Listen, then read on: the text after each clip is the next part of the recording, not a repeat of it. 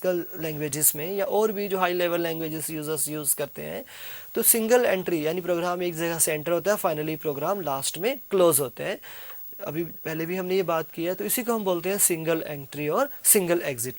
अगर program linearly execute हो रहा है, सपोज स्टेटमेंट 1 एग्जीक्यूट हो, स्टेटमेंट 2 एग्जीक्यूट हो, स्टेटमेंट 3, तो आपका program step by step execute हो रहा है, यानी सीक्वेंस में एग्जीक्यूट हो रहा है, तो इसको हम बोलते हैं सीक्वेंसिंग। कई बार हमें क्या करता है, कुछ स्टेटमेंट स्किप करनी पड़ती है अगर पर्टिकुलर कंडीशन ट्रू इवेल्युएट हो रही है या फास्ट इवेल्युएट हो रही है, जिसके लिए हमारी प्रोग्रामिंग लैंग्वेज में क्या अवेलेबल है, इफ़ एल्स स्ट्रक्चर अवेलेबल है या स्विच केस स्ट्रक्चर अवेलेबल है। उसको हम बोलते हैं सिलेक्शन, कि पर्टिकुलर को एग्जीक्यूट करना है अगर कंडीशन ट्रू हो, नहीं एग्जीक्यूट करना अगर कंडीशन ट्रू नहीं है। नेक्स्ट है इटरेशन। अगर कई बार रिक्वायरमेंट होती है हमारी कि सेट ऑफ स्टेटमेंट्स को बार बार रिपीट करना है, आपको आपका एक मैसेज 10 टाइम्स रिपीट करना है, हेलो मैसेज 10 टाइम रिपीट करना है, तो सेट ऑफ स्टेटमेंट जो बार बार रिपीट करनी हो उसके लिए हम लूपिंग का कंस्ट्रक्ट यूज़ करते हैं, उसको हम बोलते हैं इटरेशन। ठीक है।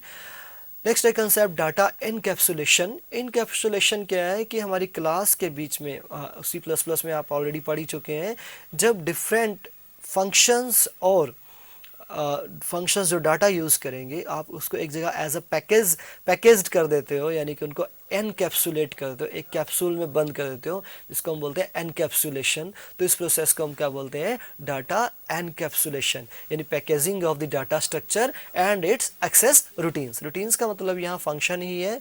उसके बाद है go to statement. Go to statement ज़्यादातर लोग यूज़ बहुत कम करते हैं, क्योंकि इसको यूज़ करते वक्त हमें बहुत ही केयरफुल रहना पड़ता है। कई बार गो टू हमारी बेसिकली दो तरह की है, कंडीशनल गो टू और अनकंडीशनल गो टू। आपने एक प्रोग्राम लिखा सिंपली, उसमें एक लाइन आपने ऐड कर दी go to 10, suppose level number is 10, तो आपका प्रोग्राम अनकंडीशनली 10 पे चला गया। अगर 10 लेवल नंबर जिस स्टेटमेंट का है वो इस स्टेटमेंट से पहले है, तो ये बार बार बीच की जो स्टेटमेंट से एग्जीक्यूट होती जाएंगी, जिससे फाइनली क्या होगा, प्रोग्राम आपका एंडलेस लूप में बिना किसी कारण से फंस जाएगा, यानी प्रोग्राम एग्जीक्यूट नहीं होगा। इनफाइनाइट लूप में वो set of statement bar bar repeat होती जाएंगी। तो हमें क्या करना है कि गुड रूल क्या है कि हम इसको या तो अवॉइड करें या फिर हम इसको कंडीशनल गो टू की तरह यूज़ करें। हम पहले इफ़ में चेक लगाएं, कंडीशन को शुरू में फॉल्स रखा जा सकता है, ठीक है, लेकिन धीरे धीरे ये फॉल्स कंडीशन ट्रू की तरफ इवेल्युएट हो। तो हमें क्या यूज़ करना है, कंडीशनल गो टू ही यूज़ करना चाहिए। अगर आप अनकंडीशनल यूज़ करते हैं तो आपका प्रोग्राम अनप्रेडिक्टेड बिहेवियर दिखा सकते हैं। उसके बाद नेक्स्ट टर्म है हमारी रिकर्शन की। रिकर्शन हमारा किस लिए, इटरेशन शो करने। रिकर्शन क्या है, हमारा सेट ऑफ स्टेटमेंट जो बार बार हम रिपीट करने के लिए यूज़ करते हैं, उसको हम यूज़ उस केस में कर सकते हैं। बेसिकली हमारे प्रोसेसेस या प्रोग्राम्स दो तरह के होते हैं या फंक्शंस दो तरह के हैं। First one is iterative, second one is recursive. Iterative जो यूजुअली आप लिखते हो कि सम ऑफ टू नंबर्स का प्रोग्राम या सम ऑफ टू नंबर्स के लिए फंक्शन लिखते हो आप सी में। रिकर्शन का बेसिक डेफिनेशन क्या है, when a function call itself, जब एक फंक्शन अपने आप को कॉल करेगा उसको हम बोलते हैं रिकर्सिव फंक्शन। तो रिकर्सिव फंक्शन में क्या है, आपके फंक्शन का आपने नाम लिखा, सपोज फंक्शन नेम है फैक्ट, फैक्टोरियल कैलकुलेट करने के लिए, बीच में फैक्ट की बॉडी में ही आप फैक्ट को यूज़ करते हो, तो फंक्शन अपने आप को कॉल कर लेगा, फिर से फंक्शन की फर्स्ट स्टेटमेंट पे पहुंच जाएगा, जिससे वो एक तरह से लूपिंग कंस्ट्रक्ट प्रोवाइड करेगा। अगर हमने कोई कंडीशन ना लगाई तो क्या होगा, फाइनली क्या होगा, प्रोग्राम फिर से आपका रिकर्सिव फंक्शन भी इनफाइनाइट लूप में जा सकता है। तो हमें रिकर्सिव फंक्शन जब भी यूज़ करने हैं तो जो दो चीज़ों का ख्याल रखना है, that is recursive condition and terminating condition, कि हम टर्मिनेटिंग कंडीशन देंगे पहले, बाद में रिकर्सिव कंडीशन। शुरू में हम क्या करते हैं, टर्मिनेटिंग कंडीशन को फॉल्स रखते हैं और रिकर्सिव कंडीशन को ट्रू। धीरे धीरे टर्मिनेटिंग कंडीशन ट्रू हो जाती है और रिकर्सिव कंडीशन फॉल्स, ताकि प्रोग्राम कभी ना कभी तो किसी ना किसी स्टेज पे जाके तो रुकेगा ही। तो इसको हम यूज़ कब करते हैं, यूजुअली हम इसका यूज़ करते हैं डाटा स्ट्रक्चर्स में, लिंक लिस्ट रिप्रेजेंटेशन में, या ऐसे जैसे ट्रीज़ में, जिसमें हमें शुरू में प्रेडिक्टेड नहीं होता कितने नोड्स होंगे, तो रिकर्सिवली हम कॉल करते रहते हैं, नोड क्रिएट करते रहते हैं। नेक्स्ट है प्रोग्रामिंग या कोडिंग स्टाइल। प्रोग्रामिंग या कोडिंग स्टाइल, आप एक सेम प्रॉब्लम को बहुत सारे लोग बहुत सारे तरीक़ों से करते हैं। कुछ लोग एक मिनिमम कोड लिखते हैं, कुछ लोग कुछ वेरिएबल्स को बार बार यूज़ करते हैं, कुछ लोग हर एक काम के लिए, हर एक चीज़ के लिए अलग अलग वेरिएबल या आइडेंटिफायर यूज़ करते हैं। तो हर एक का कोडिंग स्टाइल या प्रोग्रामिंग स्टाइल अलग है, लेकिन इसके लिए कोई रूल डिफाइन नहीं है। हम बस कुछ चीज़ें ध्यान में रखते हैं कि क्या करना चाहिए, क्या नहीं करना चाहिए, लेकिन एज अ सब्जेक्ट या एज अ रूल कुछ भी ऐसा अवेलेबल नहीं है जिसको आप फॉलो अप फाइनली कर सको।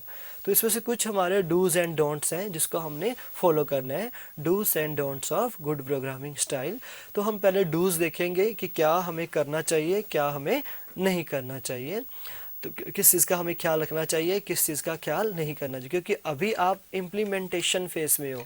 तो आपने की छोटी सी मिस्टेक भी सब कुछ इनिशियल फेसेस सब अच्छे हो चुके हैं, डिज़ाइन भी अच्छा बन चुका है, ओके भी हो चुका है, लेकिन आपकी प्रोग्रामिंग अगर अच्छी नहीं है तो आप बने बनाए डिज़ाइन को भी ख़राब कर सकते हो, या एक ऐसा सिस्टम डेवलप कर सकते हो जो डिफरेंट प्रॉब्लम्स को फाइनली जनरेट करेगा, या इजी टू अंडरस्टैंड नहीं होगा, बहुत सारी दिक्कत आ सकती है। तो हम डूज देखेंगे कि गुड प्रोग्रामिंग स्टाइल के डूज क्या हैं या हमें क्या करना चाहिए।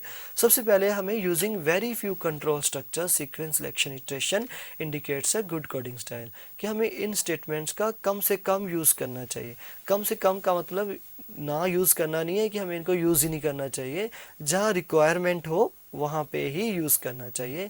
अननेसेसरली हमें कंडीशन नहीं अप्लाई करनी चाहिए, अननेसेसरली लूप्स नहीं प्रोवाइड करने चाहिए, क्योंकि आप एक चीज़ को बिना कारण से करते जा रहे हो तो उससे क्या होगा, टाइम ऑफ एग्जीक्यूशन इंक्रीज़ होता है। एक अच्छे प्रोग्राम वही माना जाता है जिसको टाइम ऑफ एग्जीक्यूशन कम लगे और मेमोरी भी कम लगे। ठीक है, तो अगर आप मिनिमम स्टेटमेंट यूज़ करते हैं, minimum use of control structure करते हैं, तो टाइम ऑफ एग्जीक्यूशन ऑब्वियसली कम लगेगा। लेकिन इसका मतलब ये नहीं है कि आपने इसको यूज़ ही नहीं करना, एज़ पर रिक्वायरमेंट करना है। उसके बाद use of goto in disciplined way, goto को आपने ज़रूरत के हिसाब से यूज़ करना है, डिसिप्लिन्ड वे में यूज़ करना है। शुरू में हमने अभी डिस्कस किया ही है गोटो के बारे में। अगर आप अनकंडीशनल गोटो यूज़ करते हैं, उससे क्या होगा, आपके प्रोग्राम में से कुछ पर्टिकुलर यूज़फुल स्टेटमेंट स्किप भी हो सकती हैं, और कुछ पर्टिकुलर स्टेटमेंट बार बार और इतनी बार रिपीट हो सकते हैं कि आप सोच भी नहीं सकते, इनफाइनाइट लूप में आपका प्रोग्राम जा सकता है। तो आपको गो टू तभी यूज़ करनी चाहिए जब आपका होल्ड हो इस पर, या आपकी रिक्वायरमेंट हो, उसका प्रॉपर पूरा यूज़ देखने के बाद ही आपको गो टू यूज़ करनी चाहिए। उसके बाद introduce user defined data types to model entities in the problem domain, कि अवेलेबल डाटा टाइप्स तो होते ही हैं। सपोज सी लैंग्वेज आप कर चुके हैं, उसमें डाटा टाइप्स अवेलेबल है, इंट, फ्लोट, कैर, ये तो प्री डिफाइंड है, पहले से ही बनी हुई हैं। हम अपनी डाटा टाइप्स भी बना सकते हैं ताकि हमारे पर्टिकुलर प्रॉब्लम एरिया, डोमेन मतलब प्रॉब्लम एरिया में पर्टिकुलर रिक्वायरमेंट, जैसे suppose days of a week या year, months of a year, ऐसे कोई भी डाटा टाइप हमारे सी लैंग्वेज में अवेलेबल नहीं है, तो हम ऐसी डाटा टाइप्स को बना सकते हैं उसमें अवेलेबल फैसिलिटीज को यूज़ करते हुए। सी में इसकी फैसिलिटी क्या है, एनुमरेटेड डाटा टाइप्स को यूज़ करना, या यूज़ ऑफ एनम्स के साथ अपने से रिलेटेड, अपनी प्रॉब्लम से रिलेटेड हम डाटा टाइप्स को बना सकते हैं। उसके provide standard documentation prologues for each sub program और कंपाइलेशन यूनिट, कि आपको स्टैंडर्ड डॉक्यूमेंटेशन प्रोवाइड करनी चाहिए, यानी कमेंट लाइंस देनी चाहिए कि प्रोग्राम का ये पार्ट ये है, इस वेरिएबल को, सपोज आपका प्रोग्राम है एरिया ऑफ अ सर्कल, तो आप रेडियस के लिए ऑब्वियसली आइडेंटिफायर या वेरिएबल आर यूज़ करोगे। तो आर को यूज़ करते जहाँ पे करोगे, साथ में आप एक कमेंट लिख सकते हो, R is used for reading radius या for radius, A for area, ताकि और पर्टिकुलर आप अगर कोई सब प्रोग्राम या सब रूटीन या जिसको हम फंक्शन भी कह सकते हैं वो यूज़ करते हैं, तो आप उस रूटीन का पर्पज़ या उसको कितने पैरामीटर चाहिए, ये सब कुछ भी एज अ कमेंट प्रोवाइड कर सकते हैं। Avoid routines having fewer than 5 और more than 25 executable statement. Routines हम क्यों यूज़ करते हैं या फंक्शंस हम क्यों यूज़ करते हैं, कि अपनी कम्प्लेक्स प्रोग्राम को स्मॉल पीसीज में डिवाइड करने के लिए। लेकिन वो इतना स्मॉल नहीं करना कि आपके 5 से कम लाइनें हैं तो आप उनके लिए फ़ंक्शन लिख रहे हो, क्योंकि उस केस में क्या होगा, जब भी आप एक फ़ंक्शन लिखते हो तो प्रोग्राम का कंट्रोल मेन प्रोग्राम से फंक्शन के पास जाता है, जिनके बीच में थाउजेंड्स ऑफ लाइन्स या थाउजेंड्स ऑफ मेमोरी लोकेशंस भी हो सकती है। तो इस ट्रांसफ़र से मेन प्रोग्राम से प्रोग्राम के कंट्रोल का फंक्शन की बॉडी पे जाना या फंक्शन की बॉडी से वापस आने में भी से क्या होगा, टाइम ऑफ एग्जीक्यूशन इंक्रीज़ होगा। तो आपने अवॉइड करने हैं, अगर 5 से कम लाइनें हैं तो रूटीन्स को या सब रूटीन्स को अवॉइड करने हैं, और 25 से ज़्यादा हो तो आपने और रूटीन्स लेनी है। जिन 25 एग्जीक्यूटिव स्टेटमेंट से ज़्यादा हो तो आपने ध्यान से देखना है कि उसको फर्दर और डिकम्पोज करना है। उसके बाद है अच्छी प्रोग्रामिंग में हमने एक चीज़ और भी ध्यान रखनी है, use of indentation, parenthesis, blank spaces, blank lines and borders around comment blocks to enhance readability. Indentation, parenthesis कि जहाँ जहाँ पे ज़रूरी हो स्पेस बार को हम प्रेस करें ताकि कोड को कभी कोई रीड करे। अब सी का प्रोग्राम तो सिंगल लाइन में भी एग्जीक्यूट हो जाता है, लेकिन वो इजी टू रीड नहीं है, इजी टू कभी कोई उसको पढ़े, इजी टू अंडरस्टैंड भी नहीं है। प्रॉपर वे तो क्या है, हम मेन लिखे या हम इस हिसाब से प्रोवाइड करें स्पेस बार्स को या ब्लैंक लाइंस को प्रोवाइड करें ताकि जो यूज़र है उसको कभी रीड करना चाहे प्रोग्राम को तो वो आसानी से समझ सके, और कमेंट्स भी प्रॉपर हमने दिए हों तो उसको प्रोग्राम के डिफरेंट पार्ट्स हैं ईज़िली उसको अंडरस्टैंड हो जाए। उसके बाद हमें क्या नहीं करना चाहिए, don'ts of good programming style. सबसे पहला है डोंट अवॉइड इनिशियलाइजेशन। वेरिएबल्स को मान लो आप यूज़ करते हैं तो उनको इनिशियलाइज करने की अगर रिक्वायरमेंट है तो आपको उसे अवॉइड नहीं करना चाहिए। इस केस में क्या होगा, सपोज़ आपने वेरिएबल लिया आई प्रोग्राम में यूज़ करने के लिए, आई को यूज़ करना है कहीं पे टेस्ट करना है for if I is less than और इक्वल टू 5 सपोज, लेकिन आई को ना तो आपने रीड किया ना ही इनिशियलाइज किया, तो इस केस में आई की कौन सी वैल्यू 5 से कंपेयर होगी, कौन सी होगी, जो आपने आई जब वेरिएबल डिक्लेयर किया था आई मेमोरी में जहाँ पे स्पेस लेगा उस स्पेस पे जो भी वैल्यू है कुछ भी अनप्रेडिक्टेड कोई भी गार्बेज वैल्यू हो सकती है। तो यानी कि आपकी छोटी सी मिस्टेक, आपने इनिशियलाइज नहीं किया, गार्बेज वैल्यू से वो 5 को कंपेयर करता जा रहा है तो अनप्रेडिक्टेड आंसर्स को वो जनरेट करेगा। उसके बाद डोंट नेस्ट डीपली, लूप के अंदर लूप या इफ़ के अंदर इफ़ वो ज़्यादा डीप तक नहीं लगाने। इससे क्या होगा, प्रोग्राम की या कोड की कम्प्लेक्सिटी इंक्रीज़ होती है, हमारे से एल्स मैनेज नहीं होंगे अगर हम इफ़ के अंदर इफ़ बहुत सारे लगा लें तो। उसके बाद carefully examine routines having more than 5 formal argument. जिन फंक्शंस या रूटीन्स में 5 से ज़्यादा आर्ग्यूमेंट फॉर्मल आर्ग्यूमेंट्स यूज़ होते हैं उनको बहुत ध्यान से देखने की ज़रूरत होती है क्योंकि इससे कम्प्लेक्सिटी इंक्रीज़ होगी। Do not use an identifier for multiple purposes. एक सिंगल वेरिएबल नेम को या आइडेंटिफायर को बहुत सारे पर्पजेज़ के लिए यूज़ नहीं करना चाहिए।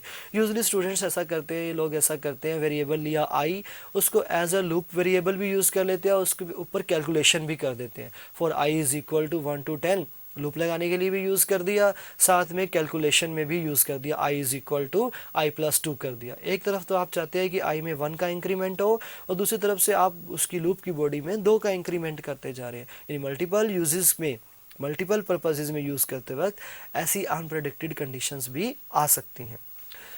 नेक्स्ट है हमारा डॉक्यूमेंटेशन। हमारा इम्प्लीमेंटेशन में आपने सब कुछ अच्छा कर लिया लेकिन डॉक्यूमेंटेशन अच्छा नहीं किया तो उससे क्या होगा, प्रोग्राम को कभी भी मेंटेन करना है तो उसमें दिक्कत आएगी। दिक्कत कैसे आएगी, सपोज़ आज आपने प्रोग्राम बना दिया लाइब्रेरी मैनेजमेंट सिस्टम का, आपने बिल्कुल ठीक बनाया विजुअल बेसिक को यूज़ करते हुए या आपने सी लैंग्वेज को या C++ को यूज़ करते हुए प्रोग्राम डेवलप किया। फर्दर 1 ईयर के बाद, 2 ईयर्स के बाद, 5 ईयर के बाद लाइब्रेरी की रिक्वायरमेंट बदल जाती है, कुछ और मॉड्यूल भी ऐड करने की रिक्वायरमेंट है, लेकिन ना तो वहाँ उसका सॉफ्टवेयर का कोई ऐसा मैनुअल अवेलेबल है जिसमें सारा कोड एक्सप्लेन्ड हो और ना ही आपके सॉफ्टवेयर के कोड में डॉक्यूमेंटेशन है, यानी कमेंट्स हैं, कमेंट्स प्रोवाइडेड हैं जिससे कि फर्दर उसको मेंटेन करना इजी रहे। तो डॉक्यूमेंटेशन की बहुत ज़्यादा रिक्वायरमेंट रहती है जब भी आप लार्जर प्रोग्राम को बनाते हैं। तो एक तो जनरली उसको यूज़ करते वक्त भी रीड करना पड़ सकता है या फिर उसका मेन पर्पस हमारा कहाँ आता है जब हम उसको मेंटेन करेंगे या अपग्रेड करना चाहें सिस्टम कभी भी। हमने एग्जांपल भी दिया हुआ है, जो suppose r is equal to 12 लिखा है, लास्ट लाइन में देखें आप, वेयर r शोज रेडियस। अगर ये लाइन ना लिखी हो, प्रोग्राम लिखा हुआ है r is equal to 12, a is equal to 3.14 into r printf a, तो आर क्या है, आर पता ही नहीं लग रहा, आर क्या इंडिकेट करती है आपके प्रोग्राम को रीड करने वाले को, तो आपने एक्सप्रेस कर दिया वेयर आर शोज रेडियस कि आर रेडियस को इंडिकेट कर रही है। इसी तरह से प्रोग्राम के बीच में भी अगर आप डिफरेंट मान लो फंक्शंस यूज़ कर रहे हो, फंक्शन का नाम यूज़र फ्रेंडली है तब तो समझ आ जाएगा। मान लो फंक्शन फैक्टोरियल कैलकुलेट करने के लिए आपने नाम रखा फैक्टोरियल, तो वो अंडरस्टूड कर लेगा। लेकिन फिर भी अगर नाम यूज़र फ्रेंडली नहीं है या यूज़र फ्रेंडली है भी हैं, आप इंडिकेट कर देते हैं, कमेंट दे देते हैं कि ये फंक्शन या ये रूटीन ये पर्पस सॉल्व करने के लिए है या इस तरह की कैलकुलेशन करने के लिए है, तो उससे क्या होगा, आपके जो यूज़र है उसको ईजी रहेगा उसके बारे में, उसको रीड करने में, उसको समझने में, और आपका जो मेंटेनेंस का काम है वो भी इजी रहेगा। शुरू में मैंने क्या दिया था कि मेंटेनेंस एफर्ट ज़्यादा होता है कोडिंग या डेवलपमेंट एफर्ट से। अप्रोक्सीमेट 20% एफर्ट लगता है डेवलपमेंट में, 80% एफर्ट मेंटेनेंस में लगता है। इस केस में भी मेंटेनेंस मुश्किल हो जाएगी अगर प्रॉपर डॉक्यूमेंटेशन नहीं है। तो आपको प्रॉपर डॉक्यूमेंटेशन करनी है आपके कोड की, कमेंट लाइंस को यूज़ करते हुए भी। जैसे आपका C++ में या C में आप स्लैश स्टार को यूज़ करते हैं, डिफरेंट प्रोग्रामिंग लैंग्वेजेस में इसकी फैसिलिटीज़ हैं। आपको पता ही है कमेंट करने से कोई नुकसान नहीं है, यूज़फुलनेस तो बता ही दी है मैंने। और एक चीज़ और भी है, कई बार हम सोचे कि इससे हमारे प्रोग्राम की लेंथ इंक्रीज़ हो जाएगी, ऐसा नहीं होता। जो कमेंट्स हैं वो एग्जीक्यूट नहीं होते हैं, वो एज ए इंग्लिश ही ट्रीट किए जाते हैं, एज ऐसे के ऐसे रहते हैं, जिससे टाइम ऑफ एग्जीक्यूशन इंक्रीज़ नहीं होगा, प्रोग्राम आपका वैसे ही चलेगा जैसे चलता है। यानी प्रोग्राम की लेंथ तो ज़रूर इंक्रीज़ होगी, टाइम ऑफ एग्जीक्यूशन इंक्रीज़ नहीं होगा, क्योंकि कमेंट्स हैं जो एग्जीक्यूटेबल स्टेटमेंट नहीं है। तो आज हमारा ये सारा किस पे था, हमारे सॉफ्टवेयर डेवलपमेंट लाइफ साइकिल का थर्ड फेज़ हमने स्टडी किया, डिज़ाइन फेज़, और उसके साथ में इम्प्लीमेंटेशन फेज़।